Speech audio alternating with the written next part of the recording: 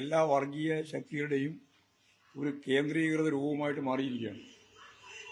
മതനിരപേക്ഷ ഉള്ളടക്കത്തെയെല്ലാം പൂർണ്ണമായിട്ടും തള്ളി എല്ലാ വർഗീയ ശക്തികളുമായിട്ട് ബന്ധപ്പെട്ട് മുമ്പോട്ടേക്ക് പോകുന്ന കുറേ കാലമായിട്ടുള്ള പ്രവർത്തനം തുടരുന്നു എന്ന് മാത്രമേ അർത്ഥമുള്ളൂ. അത് ആര്യാൻ ഷൗക്കത്ത് പറഞ്ഞാലും വി ഡി സതീശൻ പറഞ്ഞാലും പറഞ്ഞില്ലെങ്കിലും ഒക്കെ അതാ സംഭവം.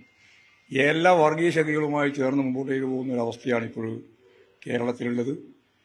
വർഗീയതയ്ക്കെതിരായിട്ട് ഒരക്ഷരം ഉണ്ടാൻ അവർക്ക് അവകാശമില്ലാത്ത രീതിയിൽ വർഗീയ ശക്തിയുടെ കൂട്ടുകെട്ടായിട്ട് UDF മാറിയിരിക്കുകയാണ്. അതിന് തീർച്ചയായിട്ടും ഈ നിയോജകമണ്ഡലം ഉൾപ്പെടെ കേരളത്തിലുടനീളം അതിൻ്റെ ഒരു പ്രത്യാഘാതം അവരനുഭവിക്കേണ്ടി വരുമെന്ന കാര്യത്തിൽ യാതൊരു സംശയമില്ല. ആ പ്രത്യാഘാതം അനുഭവിക്കുന്നു എന്നുള്ളത് തന്നെയാണ് വരാൻ പോകുന്ന തെരഞ്ഞെടുപ്പിൻ്റെ അവസാനം കാണാൻ പോകുന്ന ചിത്രം.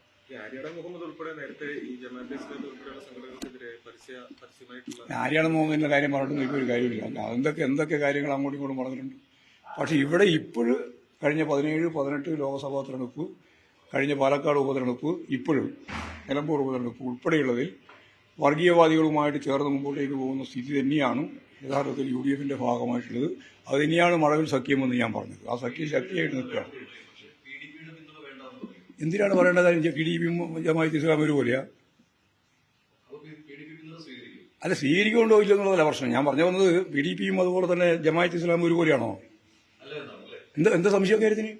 ജമാഅത്ത് ഇസ്ലാം ലോകത്തെമ്പാടുമുള്ള ഒരു വർഗീയ ശക്തിയാണ്. ലോകത്തെ ഇസ്ലാമിക രാഷ്ട്രം പോകണമെന്ന് RSS പറയുന്നത് പോലെ അതിന് കൗണ്ടർ പാർട്ടായിട്ട് പറയുന്ന ഒരു പാർട്ടിയാണ്. ആ നിലപാടൊന്നുമല്ലോ PDP എടുത്തുകൊണ്ടിരിക്കുന്ന നിലപാട്. പീഡിപ്പിക്കപ്പെട്ട ഏറ്റവും പ്രധാനപ്പെട്ട ഒരു വിഭാഗമല്ലേ കേരളത്തെ സംബന്ധിച്ചിടത്തോളം. അതുകൊണ്ട് രണ്ടും കൂട്ടി കണക്കണ്ട.